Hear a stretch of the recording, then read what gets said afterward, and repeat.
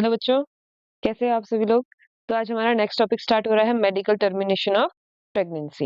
यानी कि अगर कभी प्रेगनेंसी हो जाती है और उसके बाद ड्यू टू एनी रीजन हम उस प्रेगनेंसी को खत्म करना चाहते हैं और उसको किसी मेडिकल मेथड्स के थ्रू हम उसको गेट ऑफ करते हैं, उससे उसको सॉल्व करते हैं, तो उसे हम बोलते हैं medical termination of pregnancy. Termination का मतलब होता है खत्म करना, किसी चीज को एंड करना। तो मेडिकली हम प्रेगनेंसी को एंड करेंगे तो मेडिकल टर्मिनेशन ऑफ प्रेगनेंसी बोलेंगे। ये एक बहुत ही हेल्पफुल चीज है बहुत लोगों के लिए, लेकिन इसका बहुत ज्यादा मिसयूज भी हो गया। तो इसमें दोनों इश्यूज के बारे में बात की गई है, ठीक है।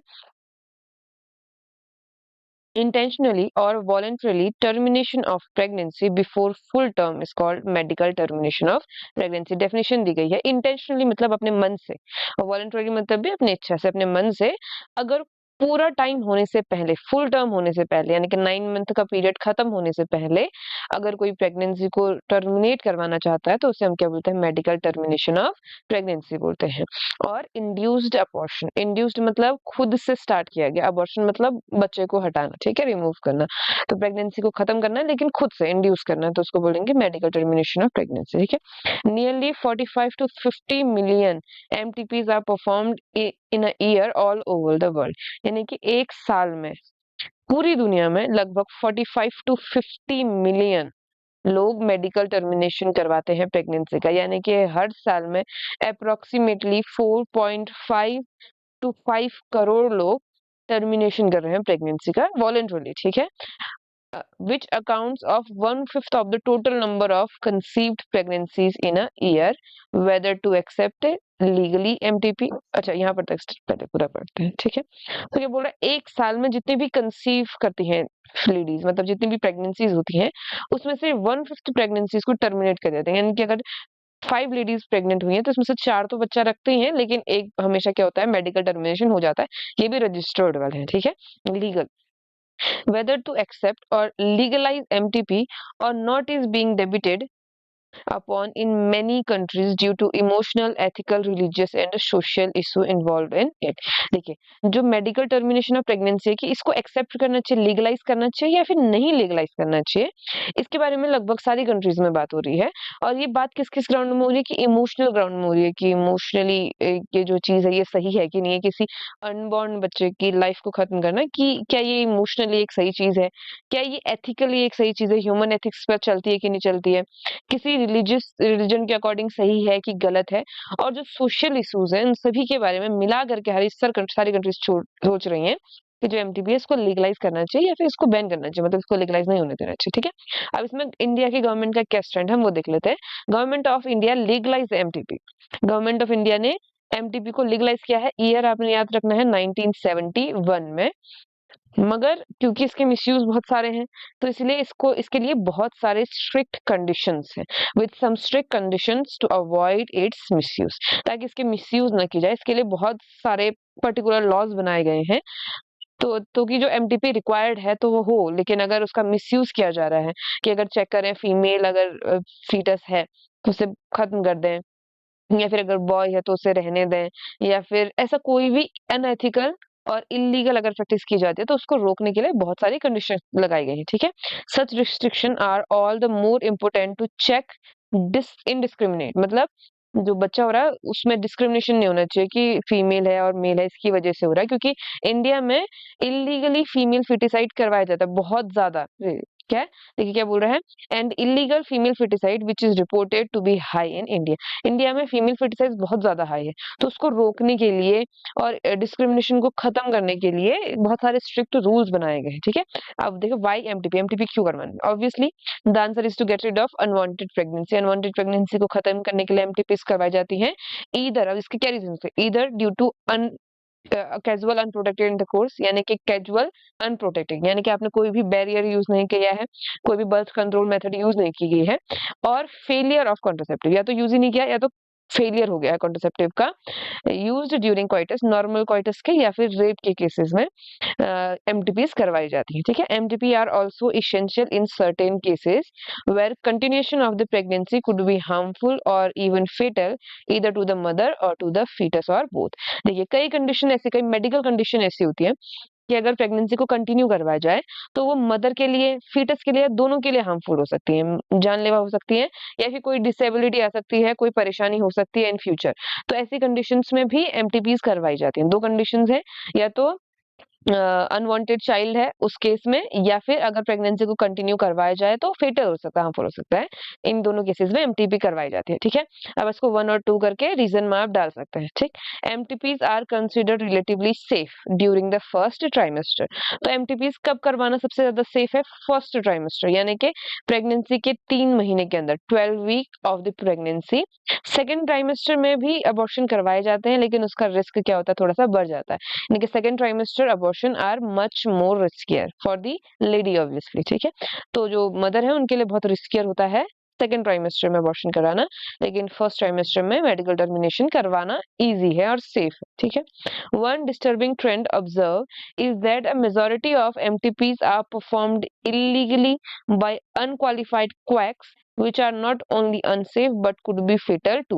देखिए कई जगह ऐसा होता है कि जो मेडिकल टर्मिनेशन है उसके लिए लोग बात नहीं कर पाते खुल करके, लीगलाइज डॉक्टर मना कर देते हैं या फिर, है ना। तो उस समय पर अगर कोई फिर भी नहीं चाहता, देखिए कि कोई लाइफ का थ्रेट है, इलीगल तरीके से आप एमटीपीज करवाना चाहते हैं कि फीमेल है इसलिए हम उस फीटस को मार देना चाहते हैं, या एनी अदर रीजन, और उसके बाद आप एमटीपी करवाना चाहते हैं, तो जनरली जो भी लीगलाइज्ड मेथड होंगे उनके थ्रू तो आप नहीं कर सकते, क्योंकि आप जो कर रहे हैं वो अनएथिकल है, लॉस के खिलाफ है। तो ऐसे में जो मेडिकल टर्मिनेशन कराई जाती है वो इलीगल तरीके से करवाई जाती है, और वो नॉर्मली कोई भी अनकर्टिफाइड लोग उसको करवा देते हैं एमटीपीज को, जो कि ऑब्वियसली सेफ नहीं है, क्योंकि ऑब्वियसली अगर वो कर सकते उतने अच्छे से तो लीगली ही कर रहे होते हैं, इलीगली नहीं कर रहे होते, है ना।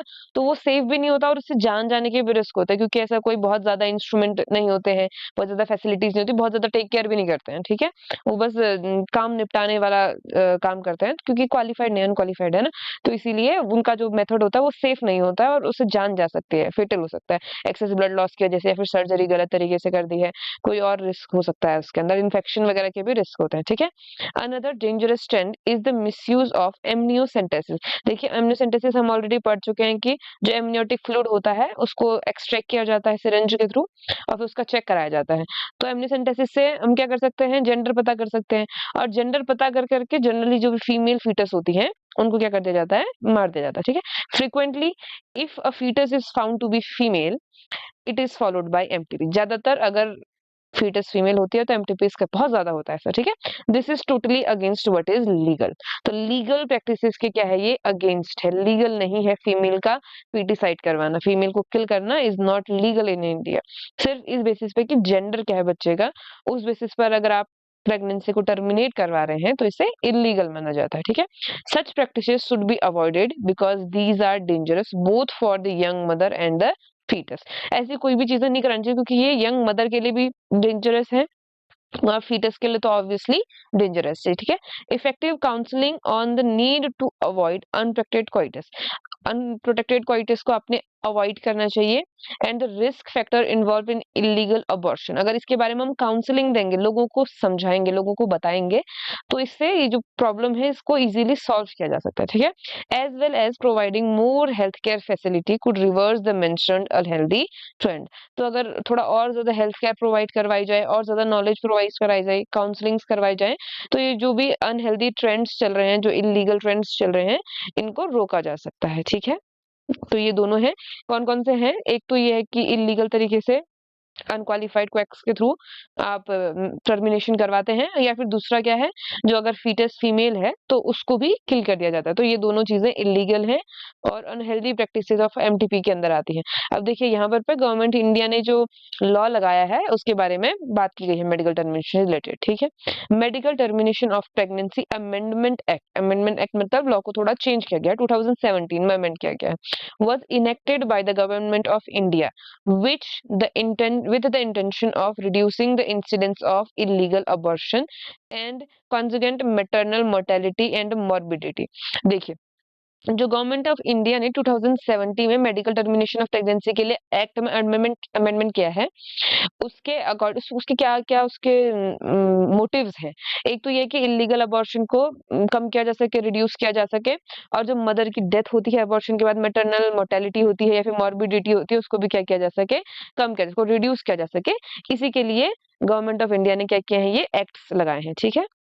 अमेंडमेंट किया है, ठीक है। According to this act a pregnancy may be terminated on certain considered ground. देखिए, अगर मेडिकल टर्मिनेशन ऑफ प्रेगनेंसी करवानी है किसी ने, तो उसके लिए कुछ होनी चाहिए, कुछ बेसिस होने चाहिए, और वो बेसिस क्या है? देखिए, अगर जो टर्मिनेशन ऑफ फर्स्ट 12 वीक में, यानी कि फर्स्ट 3 मंथ्स में, फर्स्ट ट्राइमेस्टर में अगर अबॉर्शन करवाना है, अगर प्रेगनेंसी को टर्मिनेट करवा रहे हैं, तो उसके लिए एक रजिस्टर्ड मेडिकल प्रैक्टिशनर होना चाहिए, यानी कि एक रजिस्टर्ड डॉक्टर होना चाहिए जो आपको एडवाइस करेगा, और फिर वही टर्मिनेशन किया जाएगा, ठीक है। तो एक होना चाहिए जो मेडिकल प्रैक्टिशनर हो।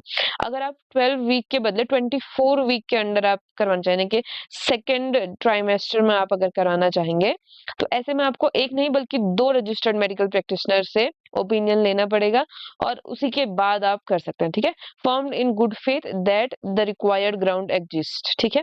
तो 2 अपने डॉक्टर्स को कंसल्ट करना पड़ेगा, उनसे आप ओपिनियन लेना पड़ेगा, ठीक है। यहाँ पे पूरा लिखा गया, देखिए, if the pregnancy has lasted more than 12 week but fewer than 24, यानी कि सेकंड ट्राइमेस्टर में है, तो 2 registered medical practitioner must be of opinion, 2 को हमने कंसीडर करना है, formed in good faith that the required ground exist, जो कि मतलब जो भी चीजें हो रही है लीगली तरीके से हो रही हो, उस तरीके से आपने देखना पड़ेगा, ठीक है। द ग्राउंड फॉर सच, क्या क्या ग्राउंड है उसके बारे में बोला गया। सबसे पहली बात, the continuation of pregnancy would involve a risk of life of a pregnant woman और grave injury physical or mental. देखिए, एक कंडीशन क्या है कि जो मदर है उसके लिए कोई मेडिकल प्रॉब्लम होनी चाहिए, तभी आप मेडिकल टर्मिनेशन करवा सकते हैं, है ना। अगर बेबी को या मदर को कोई फिजिकल या मेंटल हेल्थ इशू हो सकता है, तो तब आप प्रेगनेंसी को खत्म कर सकते हैं, ठीक है।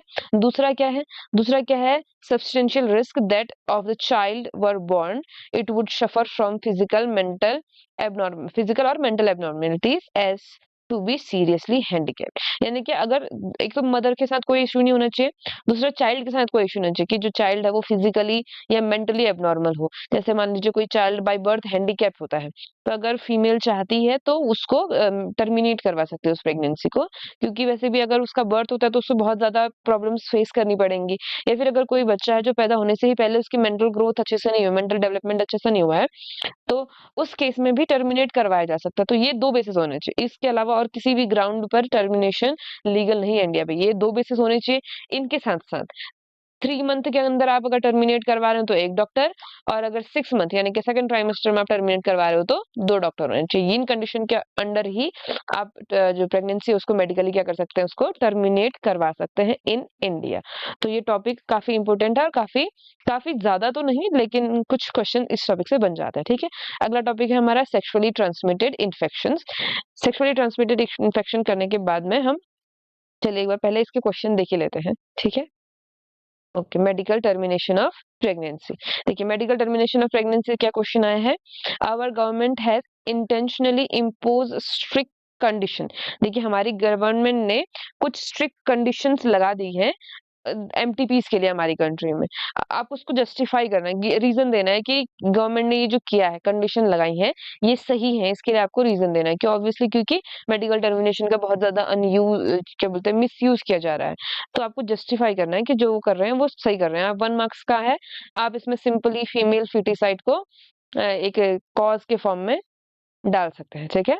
तो ये इनफ रहेगा। इसमें से बाकी क्वेश्चन आज तक कभी आया नहीं है, बस एक ही जो क्वेश्चन आया 2017 में क्वेश्चन है। इसका मतलब इस टॉपिक से क्वेश्चन आना जनरली बहुत ज्यादा कॉमन नहीं है, ठीक है। इसके बाद का जो सेक्सुअली ट्रांसमिटेड इन्फेक्शन है, इस टॉपिक से भी क्वेश्चंस नहीं आए हैं, पास्ट 10 ईयर में नहीं आए हैं। तो आप इसको समझ लीजिए, क्योंकि ये मिक्स्ड क्वेश्चन के अंदर आता है ना, बड़े क्वेश्चन के अंदर छोटा सा एक टॉपिक के फॉर्म में आ जाता है। तो आपने इसको उस तरीके से देखना है। और इसका आपको पता ही है, एक जो मेजर टॉपिक है इसके अंदर एड्स, वो तो ऑलरेडी हमारा हेल्थ एंड डिजीज चैप्टर के अंदर काफी अच्छा खासा टॉपिक है, क्वेश्चन आ जाते हैं इससे, ठीक है। देखिए क्या पूछा गया, सेक्सुअली ट्रांसमिटेड इन्फेक्शन के अंदर क्या बोल रहा है, इन्फेक्शन और disease which are transmitted through sexual intercourse are collectively called sexually transmitted infection. तो जो भी इन्फेक्शंस सेक्सुअल इंटरकोर्स के थ्रू फैलते हैं, उनको हम क्या बोलते हैं, सेक्सुअली ट्रांसमिटेड इन्फेक्शन बोलते हैं। और वर्नियल डिजीज, इसको वर्नियल डिजीज भी बोलते हैं, ठीक है। और रिप्रोडक्टिव ट्रैक इन्फेक्शन, ये सारे एक ही चीज के नाम है। सेक्सुअली ट्रांसमिटेड डिजीज बोलो, वर्नियल डिजीज बोलो, या फिर रिप्रोडक्टिव ट्रैक इन्फेक्शन बोलो, एक ही बात है। अब इसके एग्जांपल्स आपने याद रखने हैं। एग्जांपल क्या है, gonorrhoea, syphilis, genital herpes, chlamydias, chlamydiasis, genital warts और ट्राइकोमोनियासिस, ट्राइकोमोनियासिस, ठीक है। ट्राइकोमोनियासिस, हेपेटाइटिस बी भी एक सेक्सुअली ट्रांसमिटेड डिजीज है, and of course the most discussed infection in recent year HIV leading to AIDS. तो कौन कौन से आपके एग्जांपल हैं? गोनोरिया है, सिफिलिस है, जेनाइटल हर्पिस है, क्लेमाइडियासिस है, जेनाइटल वार्ड्स है, ट्राइकोमोनियासिस है, मेनिसेस है, और हेपेटाइटिस बी है। और इसमें भी सबसे ज्यादा बात की जाने वाला कौन है? एड्स है, ठीक है। तो इतनी एड डिजीज का आपको एग्जांपल दिया गया है कि कौन सी सेक्सुअली ट्रांसमिटेड। देखिए जनरली क्वेश्चन आता है कि which of the following is not sexually transmitted disease, और इन आठों में से कोई तीन आपको उसमें दिया होगा और एक कोई और ही दिया होगा। उस समय पर आपने ध्यान देना है कि कौन कौन से इन्फेक्शन सेक्सुअली ट्रांसमिट होते हैं करके, ठीक है। HIV infection is most dangerous and discussed in detail in chapter 7, यानी कि हेल्थ एंड डिजीज चैप्टर में आपको ये डिस्कस किया गया है। सबसे ज्यादा इन्फेक्शियस है और सबसे ज्यादा फैलता है ये, ठीक है। सबसे ज्यादा सेक्सुअली ट्रांसमिटेड डिजीज में से कॉमन है, ठीक। Some of these infection like hepatitis B and HIV can also be transmitted by sharing of injection needle, surgical instrument etcetera. अब देखिए ज्यादातर तो ये सेक्सुअल ट्रांसमिशन से ही फैलते हैं, लेकिन हेपेटाइटिस बी है और HIV है, ये कुछ ऐसे इन्फेक्शंस हैं जो इंजेक्शन को शेयर करने से भी फैल सकते हैं, कि आपने एक ही निडल से दो लोगों को अगर इंजेक्ट कर दिया कोई चीज तो उसके थ्रू भी फैल सकता है, और सर्जिकल इंस्ट्रूमेंट के थ्रू भी फैलता है, और बहुत सारे और रीजन जैसे ब्लड ट्रांसफ्यूजन करना, मदर से चाइल्ड में फैलना, ऐसे बहुत सारे रीजन है कि सेक्सुअल ट्रांसमिशन के अलावा भी ये फैल सकता है, ठीक है, etcetera with infected person. Transfusion of blood or form of infected mother to the foetus, ये सारे के सारे हेपेटाइटिस बी और HIV के स्प्रेड होने के कुछ और भी रीजन है, जैसे इन्फेक्टेड नीजल यूज करना, सर्जिकल इंस्ट्रूमेंट यूज करना, ब्लड ट्रांसफ्यूजन करना, इन्फेक्टेड मदर से फीटस के अंदर जाना, ठीक है। Except hepatitis B, genital herpes, HIV infection, and other disease are completely curable if detected early and treated properly. देखिए हेपेटाइटिस बी के अलावा, हेपेटाइटिस बी को तो हम नहीं सॉल्व कर सकते, इसके लिए वैक्सीन वगैरह है, ठीक है। इसके अलावा हेपेटाइटिस बी, जेनाइटल हर्पीस और HIV, इन तीनों के अलावा अगर कोई भी और डिजीज, अगर रिप्रोडक्टिव डिजीज है, देखिए ये तीनों तो इनक्योरेबल है, HIV, जेनिटल herpes और हेपेटाइटिस बी, ये तीनों इनक्योरेबल। हेपेटाइटिस बी वायरस से होता है, इसका कुछ हमारे पास में वैक्सीन वगैरह है, लेकिन अगर किसी को हो जाता है एक बार तो हम फिर क्योर नहीं कर सकते, लेकिन बाकियों को हम क्योर कर सकते हैं। वो भी कब? जब हम उसको अर्ली स्टेज में हमें पता चल जाए। लास्ट स्टेज में तो क्योर करना मुश्किल होता है, लेकिन अगर अर्ली स्टेज में हम उसको पता कर लें और अच्छे से ट्रीटमेंट करवाएं उसका, तो बाकी सेक्सुअली ट्रांसमिटेड डिजीज को हम क्योर कर सकते हैं, ठीक है। Early symptoms of the most, ज्यादातर जो डिजीज है उसके जो अर्ली सिम्टम्स है वो बहुत ही माइनर है। माइनर एंड इंड्यूस ईचिंग के क्या हो सकते हैं? ईचिंग इंक्लूड ईचिंग हो सकती है, फ्लूइड डिस्चार्ज हो सकता है, ऑब्वियसली रिप्रोडक्टिव ट्रैक से फ्लूइड डिस्चार्ज हो सकता है, स्लाइट पेन, थोड़ा बहुत पेन हो सकता है, स्वेलिंग हो सकती है, etcetera in the genital region. Genital region में स्वेलिंग हो सकती है, पेन हो सकता है, फ्लूइड डिस्चार्ज हो सकता है, और ईचिंग हो सकती है, यानी कि रिप्रोडक्टिव पार्ट जो भी है। इन्फेक्टेड फीमेल्स में ऑफन बी एसिम्टोमेटिक, यानी कि जो इन्फेक्टेड फीमेल्स होते हैं जनरली उनको सिम्टम्स नहीं दिखाई देते हैं, and hence may remain undetected for long. तो जनरली फीमेल्स में सिम्टम नहीं आते हैं अर्ली स्टेज में, इसलिए बहुत लंबे समय तक ये इनका जो डिजीज होता है वो बहुत समय तक पता ही नहीं चलता, अनडिटेक्टेड रहता है, ठीक है। एब्सेंस और less significant symptoms in the early stage of infection and the social stigma attached to STD deter the infected person from going to timely detection and proper treatment। देखिए ज्यादातर लोग STDs को या STD मतलब हुआ sexually transmitted disease, और यहाँ पे इन्फेक्शन भी बोल सकते हैं, ठीक है। तो ज्यादातर लोग इसको चेक ही नहीं करवाते हैं कभी, क्योंकि हमारा सोशली एक स्टिग्मा है कि अगर किसी को STD है तो वो अच्छा नहीं है, उसका जो कैरेक्टर है वो अच्छा नहीं है, इसीलिए ज्यादातर लोग डिटेक्ट ही नहीं करवाने जाते। अगर किसी को डिटेक्ट हो भी जाता है तो ना वो किसी को बताता है, ना ही ट्रीटमेंट लेता है, क्योंकि लोगों को अवेयरनेस नहीं है, लोग इसको खराब नजर से देखते हैं ना, जजमेंटल लुक देते हैं, इसलिए लोग जनरली ऐसे टेस्ट करवाते ही नहीं है, ताकि उनको ऐसा कोई प्रॉब्लम सोसाइटी की तरफ से फेस ना करना पड़े। और दूसरा इसका नहीं होने का, पुअर ट्रीटमेंट होने का या फिर पता नहीं चलने का दूसरा रीजन ये है कि जनरली अर्ली स्टेज में तो सिम्टम्स नहीं आते हैं, तो बहुत कम सिम्टम आते हैं, तो ऑब्वियसली कोई भी डायरेक्टली ये नहीं सोचता है कि STD हो सकती है, तो उसके लिए टेस्ट ही नहीं करवाते, इसलिए, ठीक है। This could lead to complications later with include pelvic inflammatory disease, PID, abortion, stillbirth, ectopic pregnancies, infertility and even cancer of the reproductive tract. अब क्योंकि हम इसको अर्ली स्टेज में तो डिटेक्ट कर ही नहीं रहे हैं, इसका प्रॉपर ट्रीटमेंट नहीं ले रहे हैं, इसलिए जो लेटर स्टेजेस होती है उसमें कॉम्प्लिकेशन बहुत ज्यादा बढ़ जाती है। जैसे pelvic inflammatory disease, pelvic region में इन्फ्लेमेशन हो सकता है, कंटिन्यूस एबॉर्शंस हो सकते हैं, स्टिल बर्थ्स हो सकते हैं, एक्टोपिक प्रेगनेंसी। एक्टोपिक प्रेगनेंसी का मतलब है, देखो प्रेगनेंसी कहाँ होनी चाहिए, इम्प्लांटेशन होना चाहिए यूट्रस के अंदर। बच्चों जिसने अभी तक भी ह्यूमन रिप्रोडक्शन वाला चैप्टर नहीं पढ़ा है, पहले ह्यूमन रिप्रोडक्शन चैप्टर पढ़ लो, तब जाकर के आपको बातें समझ में आएंगी। ठीक है, जो इम्प्लांटेशन है वो यूट्रस में होना चाहिए। यूट्रस के अलावा अगर किसी भी और पार्ट में, कभी-कभार फैलोपियन ट्यूब में इम्प्लांटेशन हो जाता है या फिर बॉडी के अदर पार्ट में जाकर के इम्प्लांटेशन हो जाता है। तो अगर हम इनिशियल स्टेज में कोई भी डिजीज को डिटेक्ट नहीं करते हैं तो एक्टोपिक प्रेगनेंसी यानी कि यूट्रस के अलावा कहीं और इम्प्लांटेशन होना, ये भी कॉमन हो जाता है। कई बार जो मेल या फीमेल है उनमें इनफर्टिलिटी हो सकती है। इनफर्टिलिटी आगे और डिटेल में बताया गया, ठीक है। यहाँ तक कि कैंसर भी हो सकता है रिप्रोडक्टिव ट्रैक का। तो इसलिए इनिशियल स्टेजेस में टेस्ट करवा लेना चाहिए, उसका ट्रीटमेंट स्टार्ट कर देना चाहिए, वरना बाद में कॉम्प्लिकेशंस और ज्यादा बढ़ जाती हैं। ठीक है, STIs are the major threat to the healthy society. जो एसटीआई है ये हेल्थी सोसाइटी के लिए बहुत ही ज्यादा बड़ा थ्रेट है, क्योंकि ऑब्वियसली एक तो इनका ट्रीटमेंट मुश्किल है, इनका जो स्प्रेडिंग है वो बहुत ज्यादा हाई रहता है सेक्सुअल ट्रांसमिशन से, और सोशली इसको बहुत ज्यादा जजमेंट दिया जाता है। इसीलिए ये एक हेल्थी सोसाइटी के लिए काफी बड़ा थ्रेट है, क्योंकि कोई भी इसके बारे में बात नहीं करता है, ठीक है, और ना ही कोई ट्रीटमेंट जनरली लिया जाता है लोगों के द्वारा।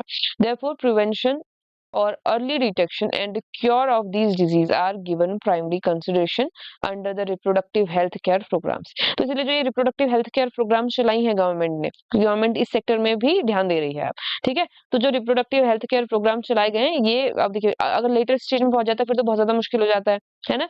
हेल्थी कोई सोसाइटी में सारे एस्पेक्ट अच्छे नहीं रहेंगे अगर लेटेस्ट स्टेज में पहुंच जाएंगे, इसलिए अर्ली स्टेज में डिटेक्ट कर लो, उसका क्योर स्टार्ट कर दो, और गिवन प्राइमरी कंसिडरेशन, देखिए इसको प्रिवेंट करने के लिए बहुत ज्यादा जोर दिया जा रहा है रिप्रोडक्टिव हेल्थ केयर प्रोग्राम्स के अंडर में, ताकि जो भी सेक्सुअली ट्रांसमिटेड इन्फेक्शंस हैं उनको इनिशियल स्टेज में ही रोक लिया जाए, इनिशियल स्टेज में ही उसको क्योर कर लिया जाए। It is a saying that prevention is better than cure, तो वो चीज यहाँ पर लागू होती है, क्योंकि क्योर तो वैसे भी नहीं है, इसलिए prevention is best treatment for the disease. ठीक है, दो all persons are vulnerable to these infections. Their incidence are reported to be very high among person in the age group of 15 to 24।